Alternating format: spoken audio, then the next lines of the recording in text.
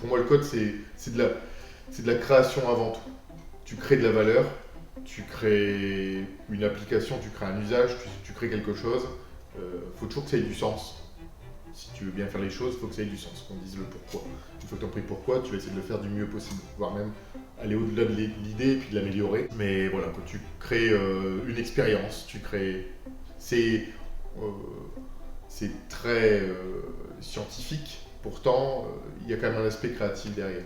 Pour moi, le développement, on est la pierre angulaire entre un besoin métier et ce qu'une machine est capable de comprendre. Voilà, donc en fait, c'est nous qui interprétons les besoins métiers, qui l'adaptons pour que la machine sache comprendre en fait ce que le métier attend. Et puis s'y répondre. C'est ça. Tout à fait. Donc la curiosité, l'endurance, parce que on n'apprend pas en 2 jours à réaliser une application. Nous-mêmes, en fait, on a quand même pas mal d'années d'expertise derrière nous. L'endurance, parce que même nous, aujourd'hui, en fait, on se heurte parfois à certains sujets et qui nous demandent en fait un long travail. Et puis la soif de connaissance, donc ne pas avoir peur de se remettre en question et avoir toujours envie d'apprendre. Je rajouterai à ça peut-être la technophilie. C'est un grand mot, mais il faut quand même être attiré par l'aspect nouvelle technologie. Ça rejoint un petit peu ce que tu disais sur la curiosité, mais voilà, voir un peu ce qui arrive, les tendances. Oui, aussi une certaine ténacité. C'est vrai qu'aujourd'hui, c'est pas forcément facile de se lancer. Il y a des gens qui sont dans le métier depuis très longtemps. Et l'humilité, du coup, savoir recommencer en disant bon, j'ai beaucoup à apprendre. Moi, j'ai toujours gardé cette humilité-là parce qu'aujourd'hui, même des juniors m'apprennent des choses au quotidien. Donc, savoir que n'importe quel profil peut t'apporter des choses en fait.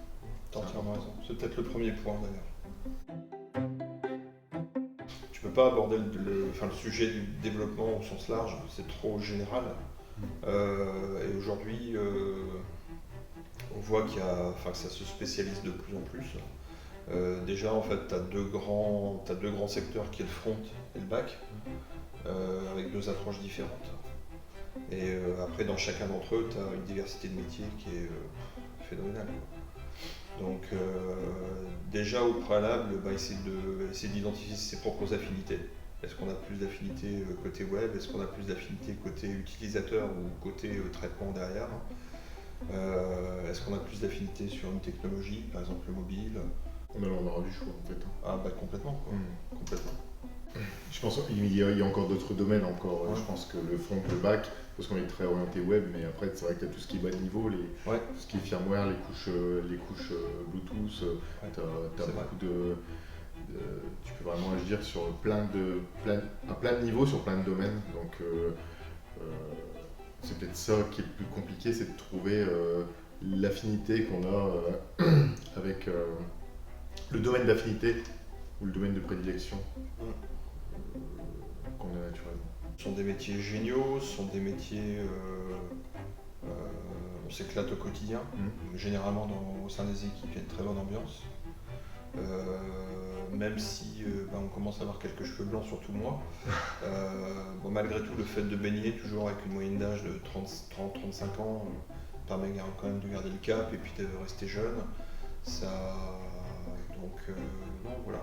En fait, ce sont des métiers géniaux qui sont bien encadrés aujourd'hui. On bénéficie en fait du savoir-faire de plein d'autres personnes sur lesquelles on s'appuie pour réaliser notre goal. C'est vrai, bien s'entourer, effectivement être entouré, partir tout seul, on va certainement faire des erreurs, être entouré t'en fera beaucoup moins.